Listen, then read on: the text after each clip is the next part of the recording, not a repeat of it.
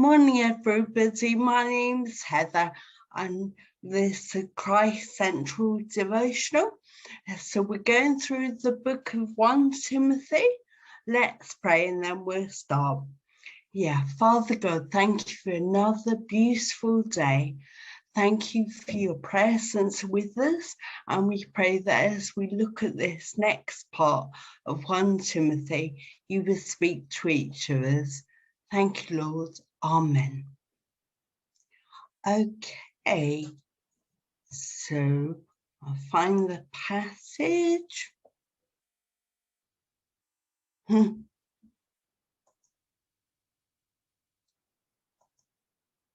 Okay, 1 Timothy 4, 1-5.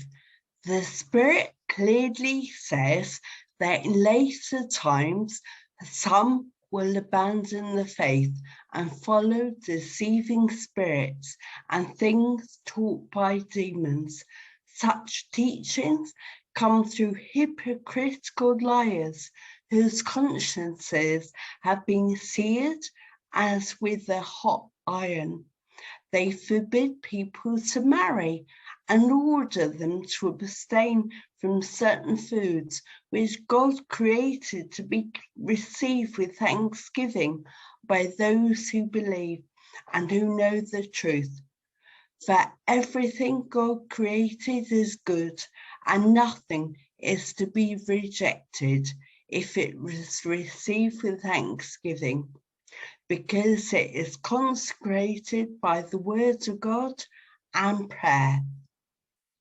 And so Paul continues his advice to Timothy and to be given to the church in Ephesus. So when the passage speaks about later times, that's widely thought to be after Jesus' resurrection and even up to today. So we're living in the later times. And Jesus and the apostles, many times in the New Testament, they warn about false prophets and warn about abandoning the faith and following deceiving spirits. It can be so easy to be deceived.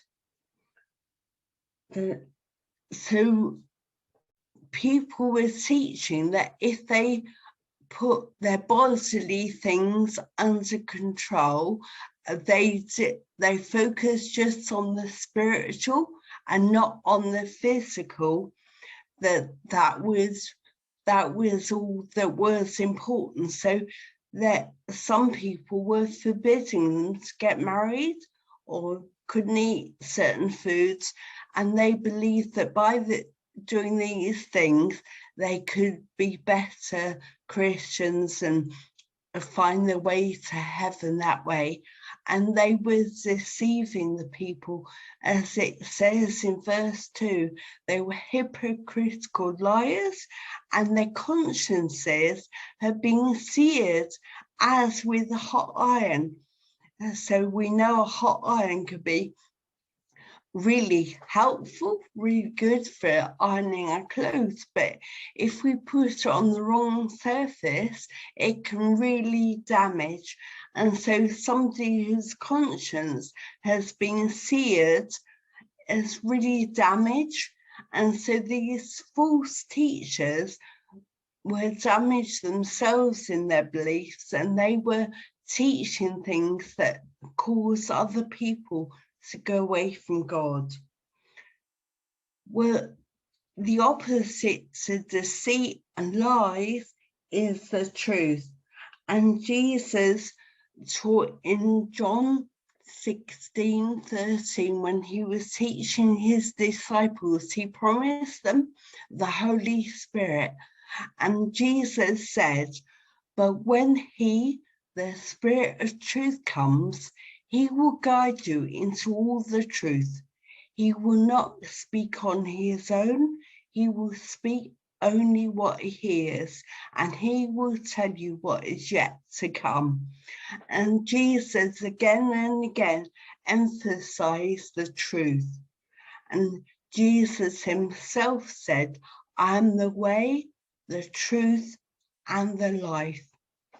And so Jesus and the apostles encourage us again and again to seek after truth. And when we know the truth, when we know God's word, then we can spot the lie. Apparently, I think you've probably heard before that people are looking for fraudulent money that's been made.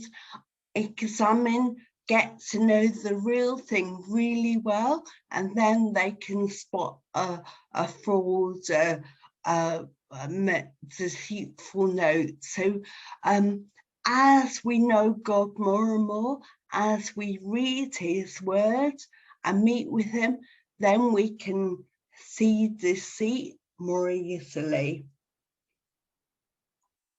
So these false teachers and false teaching, it says, may appear righteous and self-disciplined. So often we think if we can do things and we look better and put in a lot of effort, we can appear righteous. In Colossians, it says, since you died with Christ to the elemental spiritual forces of this world. Why, as though you still belong to the world, do you submit to its rules? Do not handle, do not taste, do not touch. These rules, which have to do with things that are all destined to perish with use, are based on merely human commands and teachings. Such regulations indeed have an appearance of wisdom with their self-imposed worship, their false humility, and their harsh treatment of the body, but they lack any value in restraining sensual indulgence. So we need to remember it's not what we do, the rules we follow that will save us. We are only saved, we only can come into God's presence because of Jesus' blood. Then the passage goes on to say that everything God has created is good. And so God doesn't want us to be abstaining from certain foods, avoiding being married, certain things, because everything God created is good and nothing is to be rejected if it's received with thanksgiving. And so in Genesis, again and again, we read as God created the heavens and the earth and all that is in them. God said it was good. And when he created humans, he said it was very good. And so we need to not reject what God has made, but give thanks for what he's made. And again and again, we see that Jesus gave thanks and brought these things before God. When we see the miracle of the feeding of the 5,000, Jesus broke the bread and gave thanks to his Father. In the Last Supper, Jesus broke bread and gave thanks.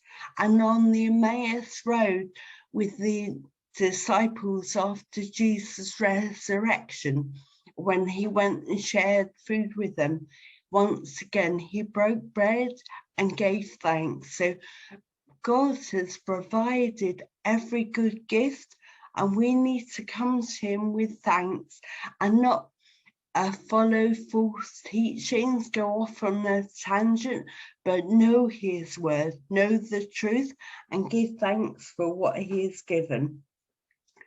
So in James, it says, don't be deceived, my dear brothers and sisters.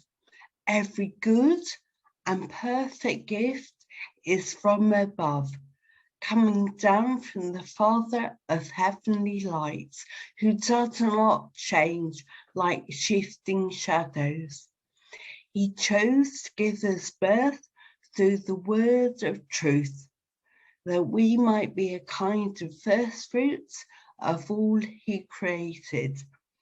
So let's know the truth, let's share the truth, and let us give thanksgiving to God for these good gifts that he's given us, this world, our bodies, our food, all these things he's given us as good gifts. So let's thank him and let's enjoy them.